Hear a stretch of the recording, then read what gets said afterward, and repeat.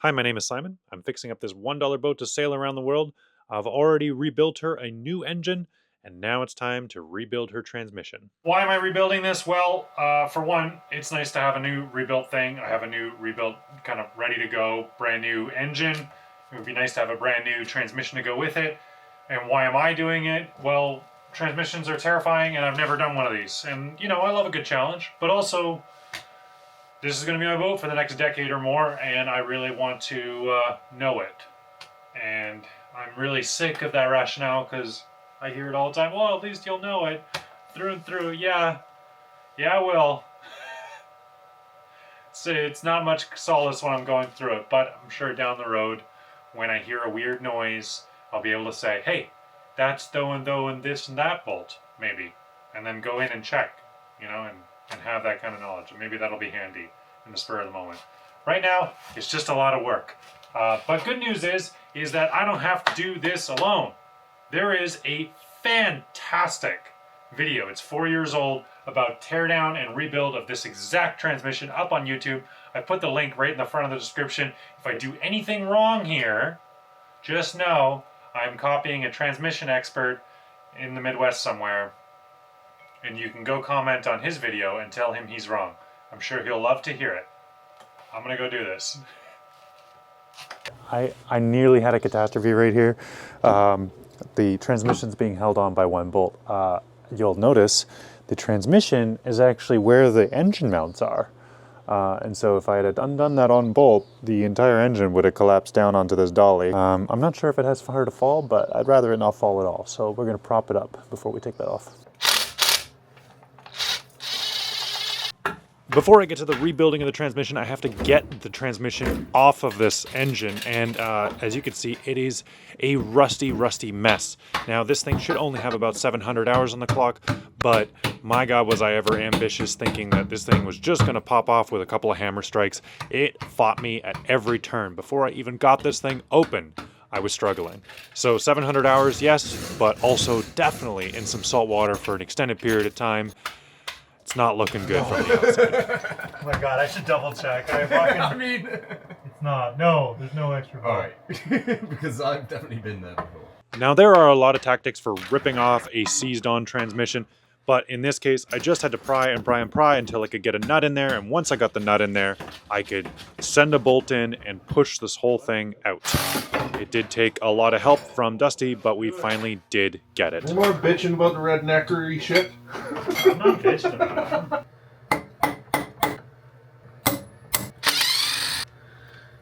Alright, I need the flex plate out of this engine to put onto that engine so that the transmission can actually bolt up to it, because the generator didn't have a flex plate at all. The stator just bolted straight onto it. So, of course, there's 6 Allen bolts, and of course one of them strips. So I've got 5 out.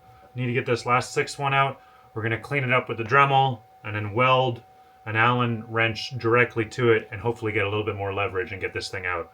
The heat always helps too.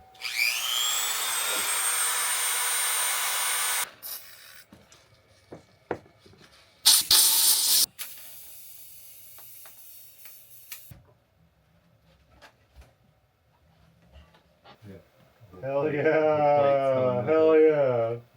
Alright, well that was tricky because it was like really inset. Deep in But I there. managed to... Holy crap. Yeah, it's a little bit heavy, that flywheel. Look how much rust is back there. God damn! This engine might not have a lot of hours on it, but holy shit, has it ever been in the ocean. Here we go. One Allen bolt with some of the worst welds on it ever, but it was deep in a hole and it was very dirty, so give me a break. So yeah, so that's the actual flex plate and the other part's the flywheel. But they're like riveted together? No, the flex plate itself is riveted together. This is just bolted on. Oh! Emphasis on flex. Oh my God. Not flex, but flecks of rust.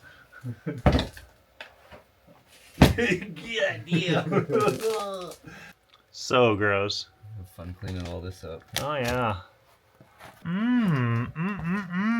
Nice clean brand new gloves. Not anymore.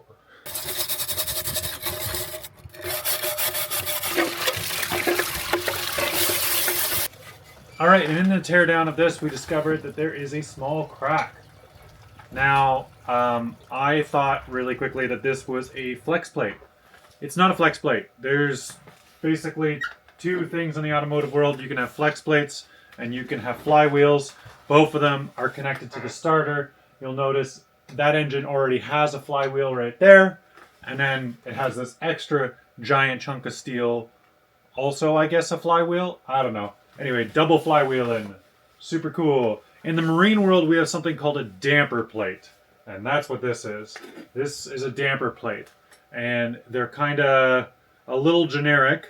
That's why there's so many different holes in the side of this plate, so you can bolt it to different flywheels. So I'm going to order one of these, and hopefully it'll show up sometime soon. But in my estimation, it'll probably be a couple of weeks before I actually have a damper plate in this engine, which is a real shame because I really wanted to install this in the boat, but I still have plenty of work to do. So we're going to temporarily knock this together just so that I can paint the rest of the plates and get all of the coolant lines figured out and plumbed in. And then when that part comes in, we can remove the transmission and attach it again. All right, now we can get to the transmission rebuild. Now I'm tearing this thing open and realizing really quickly that even though it looks fairly complicated, this is probably the simplest transmission I could get. It's essentially just two hydraulic clutches, one for reverse and one for forward, and a pump to drive it all. I know there's a lot of rings and discs and spinny things, but honestly, it's pretty simple.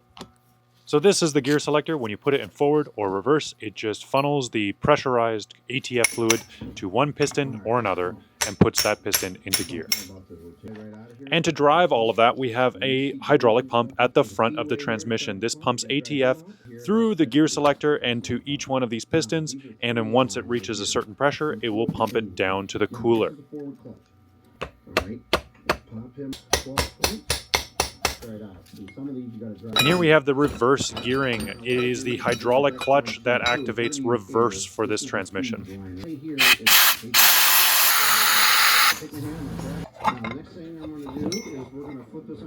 What really messed me up is that forward is actually smaller than the reverse, but that's just because they fit one inside the other.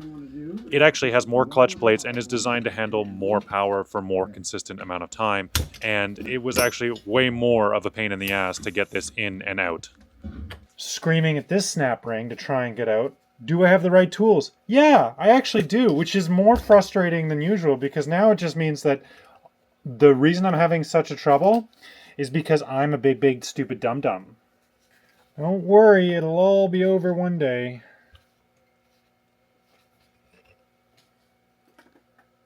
It'll all be over. Snap rings. Love them. Whoa, whoa, whoa, whoa. Alright, clutch packs. Let's go. What do we got? What do we got? What do we got? What do we got? What do we got?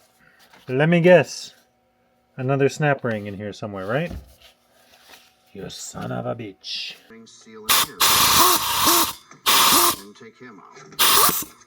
So since I've only rebuilt brakes before, this is looking kind of like a brake caliper to me. Now when I said earlier that the YouTube video was exactly the same transmission, I kind of lied. He's doing a 1-to-1 in the video, and this is a 2-to-1. So I have a planetary gear to yank off, and some other stuff back here that I'm gonna kind of freestyle. Alright. Now, I may not know anything about transmissions, but I do know that I strongly dislike, I will even say it, I hate snap rings. Mechanically, engineering-wise, they do a lot. It's very impressive. Getting them out, I suck at it. I've got tools. I don't know if these are the exact right tools for the job, but they are snap ring pliers. They just have posts on them instead of, maybe these ones need all wedges. Anyway, I just do that about 90 to 900 times, and then eventually one of the times it just randomly works and I get it out. I'm on the last couple steps of the teardown, and Mr. Lakeland Marine, Auto and Marine, who made this YouTube video that I'm watching that's guiding me through the process, he did this whole thing in 21 minutes. This is day 2 for me. I am very slow. But to be fair, I've never worked on any transmission whatsoever. Never mind this stuff. I am not an expert. He sounds like an expert, but I'm such not an expert, I wouldn't even know. I wouldn't even know. I'll use the other 90-degree ones. How many times am I going to stab my finger?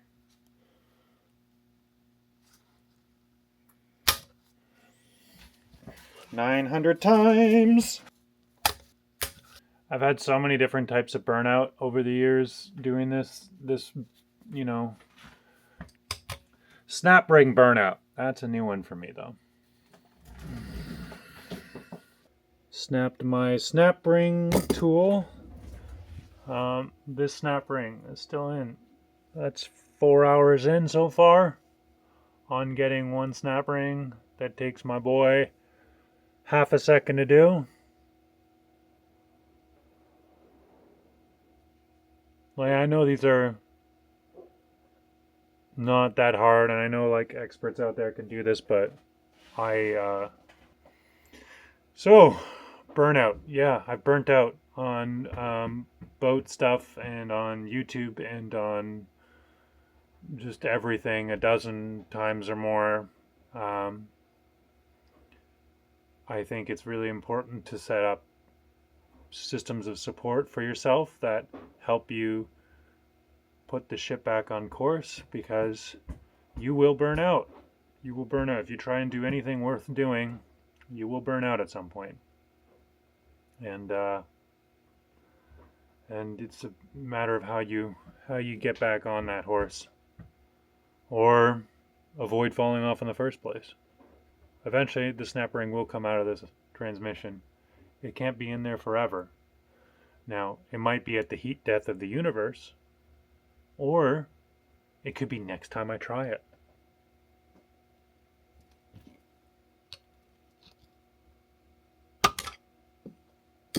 So I've gotten to this point several times, where I get one chisel kind of behind it, and then inevitably, as I try and pry it apart, the thing spins, and I lose this momentary purchase I have, and it sends itself right back in. Although I am getting pretty far this time.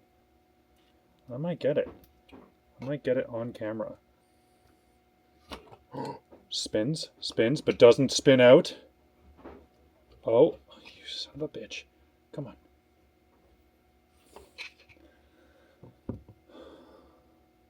Okay, it's holding itself. This is the furthest, after 4 hours, this is the furthest I've gotten this snap ring out. It's like a third out, and it wants to spin and slot itself back in. But because it's being held by this ridge, it's not doing that right now, so.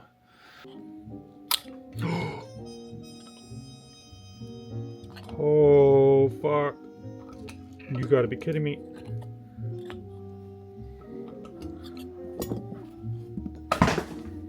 Oh, look at that.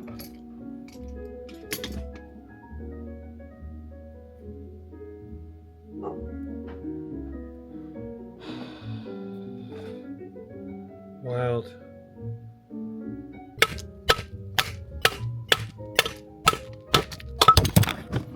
And now that the transmission is completely tore down, I can clean up everything and start replacing gaskets.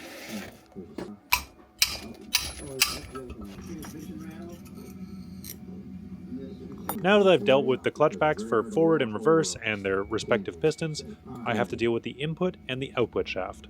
And that means I gotta deal with these weird cast iron rings. You gotta be very delicate with these coming in and out, although I didn't snap any of them, so maybe not that delicate. I'm not really sure why it has to be cast iron, but they are very sharp, and I think that once the ATF is flowing around them, they can make a perfect seal.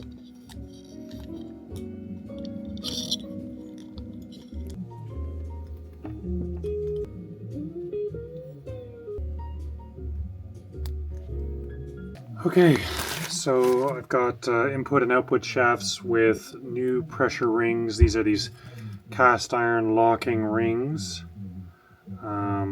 There's 2 here and there's 4 here, and I've got these all replaced. So that's the first bag of parts from the rebuild kit.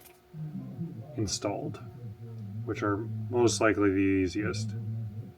But, you know, still feels good. I can convince myself I'm a quarter of the way through the reassembly. Looking at Lakeland Auto and Marine's video, I'm 5 minutes and 50 seconds into a 1 hour and 9 minute long video, and he's quick. It already took me a whole day to do his last 20-minute video, so hopefully this doesn't take me 3 days, but I'll get through it. And so begins the reassembly of the transmission. Hopefully it goes a little bit quicker than the disassembly did. It won't, but hopefully. And now that the transmission is completely tore down, I can really start to clean things up. And then I can start putting in O-rings again. And just do this whole thing backwards.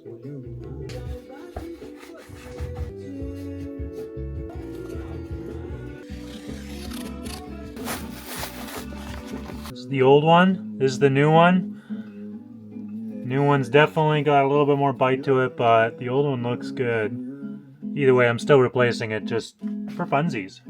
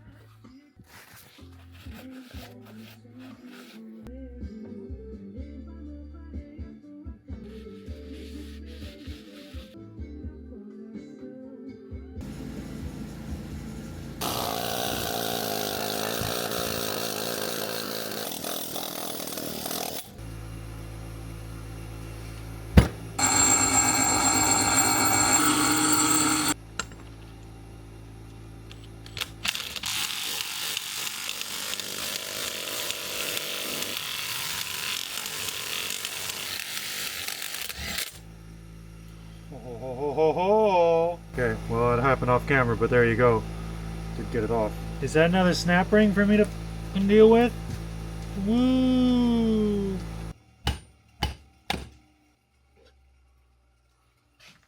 Alright, this is my last seal. This is the rear main seal for this transmission. I had to go to town and get a socket. This is a 1 3/4 impact socket. My two options were a 1 inch and a 3/4 inch driver. These short liberal hands only ever used a 1/2 inch driver, so yeah, 3/4, that's a new one for me. Anyway, that's good diesel stuff, I guess. So despite the outer shell looking like absolute dog water, inside it's pretty clean. A little bit of debris has gotten in my dismantling, so I want to clean this surface.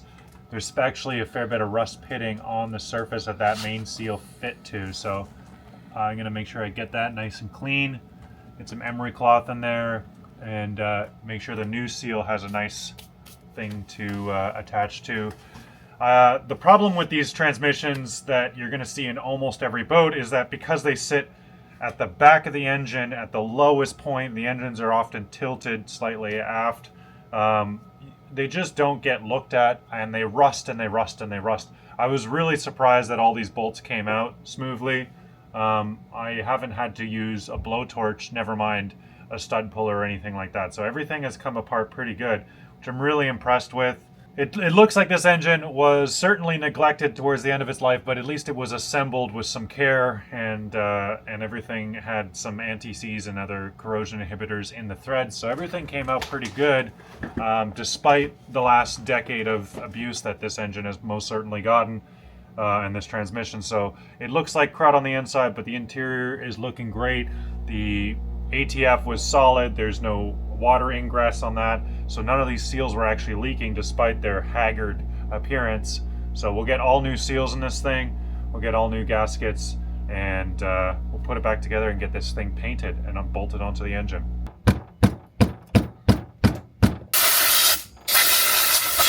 Using the needle gun to make the best out of a very rusted outer casing, we are prepping everything. I could see the light at the end of the tunnel.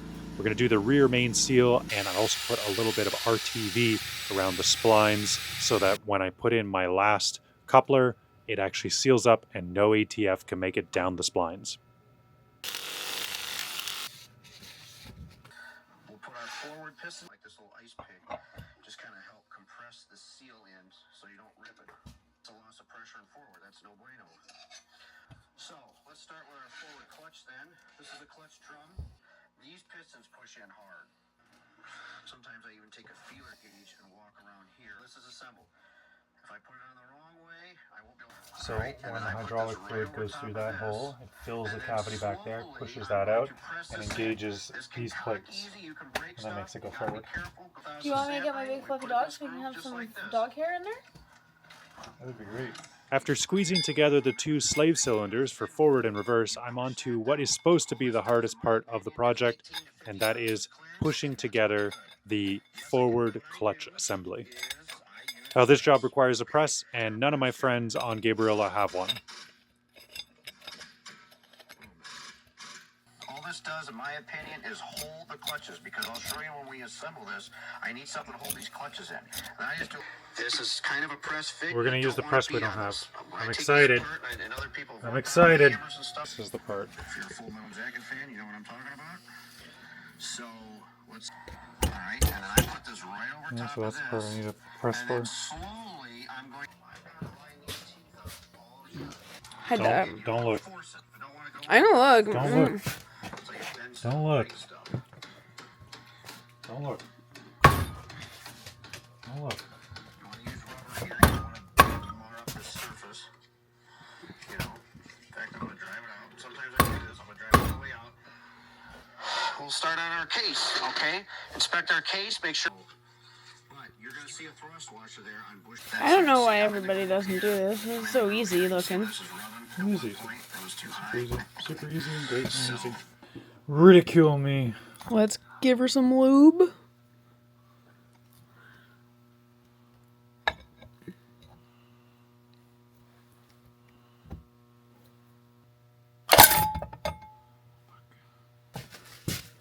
A little tricky, hey? So for good luck. No, I can do it. Is it centered? I don't know. It's very important that it's centered.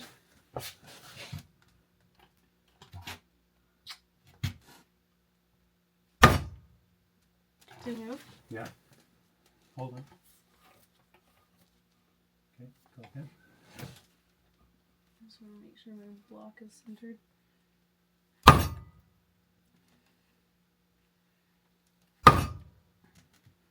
Is it moving? No. Sounds solid. Is it centered? Did we fuck it? It's not 100% perfect, but it's like 99%. It's not good to not have it centered, because then you said you can break things. I don't have a 10-ton press, and this giant mallet and some blocks of hardwood won't do it. So we gotta go find somebody in somewhere who's got a nice press. As it happens, we're going over to Nanaimo today anyways because Ryan's got his boat hauled out and we've been doing a ton of work to it. So I'm going to take this with me and then hopefully we can find somebody with a press. Alright, well, I was hoping to film a really cute story about finding some machine shop or some random press in some random place. But it is busy season, and even though there are probably presses everywhere, as soon as you ask somebody, hey, could I pay you some money to press this thing? They go, get lost, kid. Because it's busy season and there's so many shenanigans.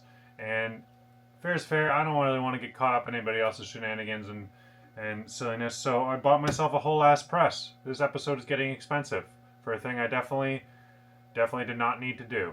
So, you know, at least you know it through and through. Was it worth $800 to know it through and through? I don't know. Probably not. And I don't... Anyway, let's build a press. I think it's supposed to be hardware, but it's WH backwards. Gauge doesn't have left or right has the. Not, I mean, like, yeah. I went and bought the best deal in town, so I only spent $300 on this press, but it only took about 10 seconds to push this thing in, and now I'm putting a press up on Marketplace because there's no room for it in the boat. Now that the forward clutch pack is assembled, I have to get the input and output shafts reassembled, and that means snap rings again. Turns out they're way easier to put in than take out. Now that I got the outer casing cleaned and the main clutch assemblies assembled and the drive shafts assembled, I can start putting it all together with clean gaskets. This is light at the end of the tunnel moment, baby. So I'm starting at the back of the transmission, and then I'm going to couple on the gear reductor and then work my way to the front of the transmission. Main bearing. So that means the main bearing and the forward clutch assembly go in first, and then the gear reductor behind that, and then ahead of that, we're going to get in the reverse gear, and of course, finally, the actual pump that drives the whole system. And you'll notice that my transmission does come apart in two separate pieces. So the transmission itself is actually this lower piece, and the upper piece is the gear reduction. Now we just got to get the actual transmission into here. Now, this transmission does have one thrust washer, but it's not uncommon to see people install an additional thrust washer in the drivetrain after the transmission. First, we put the forward clutch assembly, then the reverse clutch assembly, then we put in the selector, which selects which assembly goes in, and also does dual duty at controlling the pressure and funneling all of the extra ATF over to the cooler. And last but not least, we have the ATF pump itself, which drives the whole thing, right at the front of the transmission. So there's only one thing left to do. We wash it all down, prime it, paint it, and bolt it up to the engine. Easy peasy, right? And here we go. A week of my life gone. Rusty brick turned into a gold brick, but it is functionally the exact same. It was presumably functioning, nothing was leaking, the clutch packs were good, and I've returned it to the same state. So it's a week of my life, and I had to learn a lot of new things, and maybe deep down inside I can just tell myself that that's okay, and that I'm like better for it or whatever, but like I know the truth of the matter is I've wasted a week of my life to do this, and it was not important, and the video would have existed 10 years from now if I had to rebuild the transmission then, and I could have done it then. And I would probably be more patient. I'm a man, because I'm not a patient man. I am a persistent man, not a patient one. And this was not easy, and I wouldn't suggest it for anybody. But it is doable. So there's that.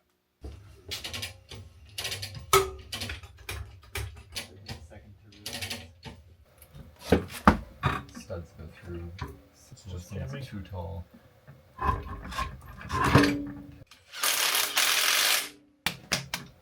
Yeah, boy. Transmission.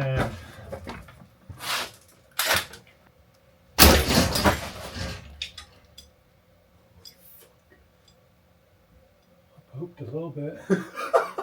Oh my god. What just moved though? I don't know. Don't stand under it. Good thing I can't. It's not like it didn't have weight on it before, though. Yeah, no, I know. It had a ton of weight on it already. Holy guacamole. I have just, yeah, definitely pooped a little bit. Oh my god. Why? Why are you making horrible noises? Like, this whole building is so... I'm like worried about this game. Yeah. Out of the ceiling, you know? Maybe there's a lesson in there somewhere, but I'm too tired to know what it is. See you guys next week.